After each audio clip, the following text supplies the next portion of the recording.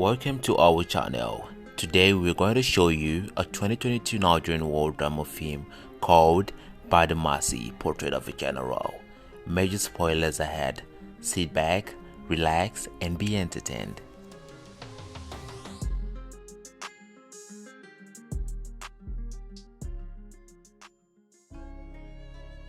At the beginning of the movie, there was a war between Nigerian soldiers and Biafran soldiers.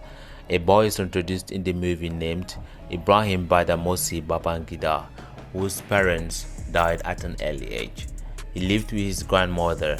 During Ibrahim's senior secondary school, he was given the post of the head boy by the principal, who was a white man. After his secondary school education, Ibrahim was chosen to join the Nigerian military, but most of his uncles was not in support of him joining the military. One of his uncles told the others that the government wanted to give Ibrahim scholarship to study other course and they will make his life hard if he does not join the military. So the rest of his uncles accepted, and Ibrahim and his friend Sani joined the Nigerian military. After their training in the military, Ibrahim and some of his friends decided to go celebrate in a disco palace. That was where he met a girl named Mariam Mohammed. Mariam Mohammed was also there to celebrate with her friends for finishing their secretarial course. Ibrahim and Mariam talked for some time and became friends. After some years of Ibrahim being in the military, he got married to Mariam, the girl he met at the disco palace. At this time, they were at Ibrahim's hometown, Minna, the capital city of Niger. One of Ibrahim's friends in the military, Dimka, planned a coup to take over from the head of state, which was General Muritala Muhammad. Dimka succeeded in killing the head of state, but didn't succeed in taking over as the head of state. Ibrahim went to where Dimka and his men was and tried convincing him to stop the coup, but he didn't listen. That was when Dimka and his men was arrested. Years later, when civilian government took over and Nigerians were suffering from bad government and corruption, General Ibrahim Badamasi Babangida, who was the director of Army Staff Duties and Plans, was not happy with the situation of the country, so he decided to do something about it. He started planning a coup for the military to take over from civilian government. Ibrahim spoke to General Baku Ibrahim and his friend General Sani Abacha about the coup. Sani was not in support of the plan at first, but Ibrahim convinced him that if they don't do anything, the situation of the country will worsen. So Sani accepted. Ibrahim's plan was not for him to become the head of state. He was not interested of being the head of state. He had other people in mind that would become the head of state.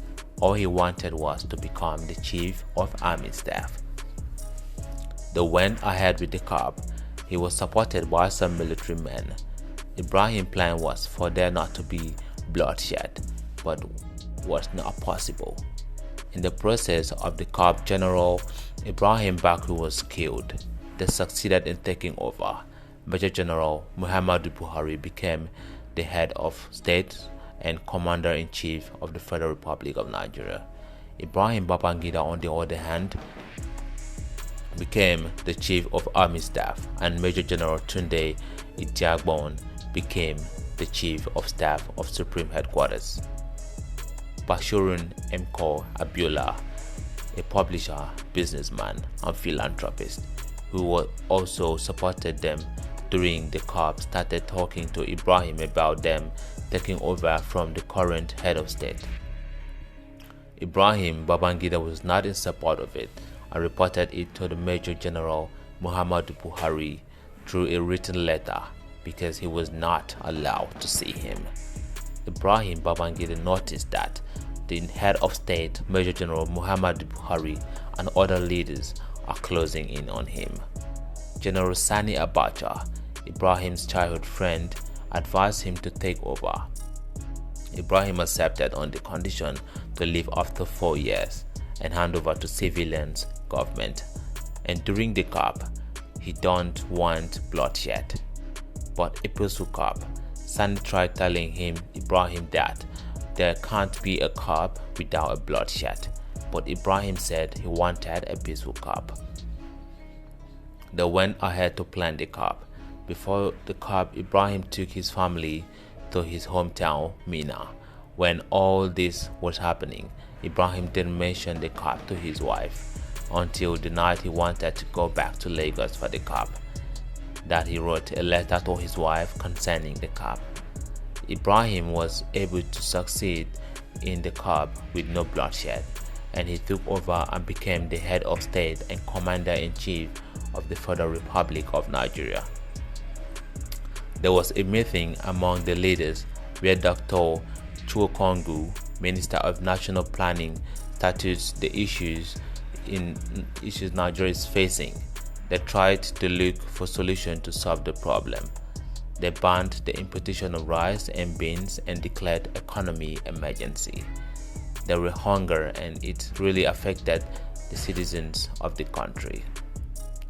At this time, there was a published details about the source of Major General Ibrahim Badamasi Babangida's wealth by Ebony magazine in the United States. Due to this, riots started in different universities and states in Nigeria concerning the situation of the country. Major Gideon Oka plotted a coup to take over from Ibrahim Babangida as the head of state. They went to Ibrahim's house to attack them. There was bloodshed during this coup, but the coup was not successful. Ibrahim was able to escape with his family and went to a hideout, and General Gideon Oka was arrested and killed by firing squad. The capital of Nigeria was moved from Lagos to Abuja. Ibrahim Babangida and his family relocated to Abuja. General Ibrahim Badamasi Babangida was ready to hand over to civilian government. There was argument here and there, lots of problem on ground. Nigerians was looking for the best candidate to be the president. There were two major parties on ground, which was SDP and ABN. During the SDP presidential primary election, we can see clearly that there was malpractice by one of the candidates, Mko Abiola, who was giving money to people to vote for him. Chief Atu Nzeribe, founder of ABN, took to the case of Federal High Court of Abuja. The case was judged by Justice Basi Ita Ikpeme, and she stopped the presidential election that was meant to take place. Due to the malpractice during SDP primary election, during all this, they were protected in different areas of the country that the election should be held and they should be able to vote for who they wanted. Ibrahim looked into the matter and was able to allow the election to take place. At last, General Ibrahim Badamasi Babangida stepped down and retired from the Nigerian army and returned with his family to his hometown, Minna, while his childhood friend, General Sani Abacha, remained as the Minister of Defense and the only military member of the interim national government, headed by Chief Ernest Shonekan. Ernest Shonekan's reign as head of the interim national government lasted only 3 months. General Sani Abacha shoved him aside in a palace coup. After waiting in vain for General Abacha to reinstate his mandate, Bashorun Mko Abiola declared himself as president. He was duly arrested by General Sani Abacha and put in prison, where he was held until his curious death. General Sani Abacha ruled Nigeria for 5 years until his sudden death.